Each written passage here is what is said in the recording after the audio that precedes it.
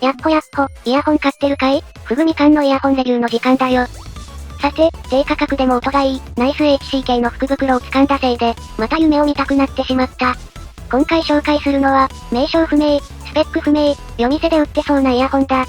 当然の権利のごとく、メッキパーツの処理が汚くて、耳に突っ込む前から悪い意味でワクワクする外観を持っている。本体の仕上げは適当なのに、ケーブルの方は凝っていて、表面には滑り止めなのか、X の字が連続するパターンが刻まれてるぞ。なお、このパターンのせいでタッチノイズがひどくなる模様。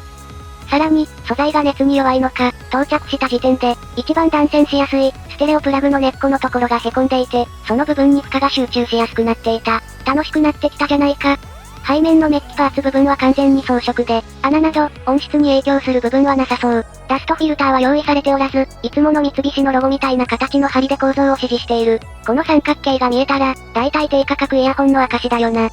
イヤホン部分より金かかってそうなマイク部分、1ボタン式で、この手のイヤホンによくある可変抵抗などによるボリューム調整はなし、内部の金属部品が隙間から普通に見える。全体にプラスチックの薄さと弱さを感じる。故に軽量。軽いのが一番大事な人には結構重要な要素かもしれない。この手の低価格イヤホンはプラパーツしか使ってないし、ドライバーの強振を抑えるなんてかけらほど考えてないので、どれもこれも非常に軽いんだけどな。KZ とかのプラオンリーのイヤホンが結構重いことを認識させてくれるぞ。ドライバーの直径は、おそらく8ミリから6ミリ程度。外装から判断したサイズだけど、平均的なサイズだな。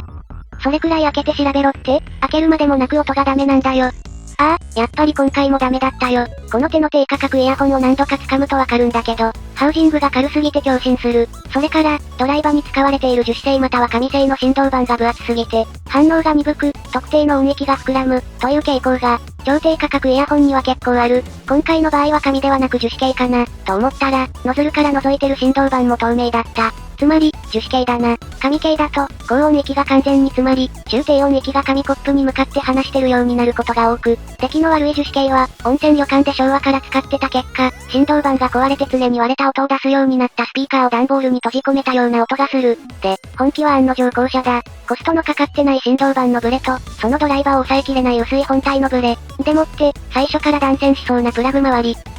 ダイソーの300円イヤホンが、外れと言われる機種でもいかに大当たりか思い知れるので、本家本元市場から抽出したイヤホンを聞いてみるのも、案外悪くないかもしれないぞ。以前暇になったらレビュー作ろうと思って買った、超低価格チャレンジ。5台中2台は今のところ論外だった。果たして、この中に正解はあるのだろうか、といったところで今回はここまで。みんな素直2000円以上のイヤホン買おうな。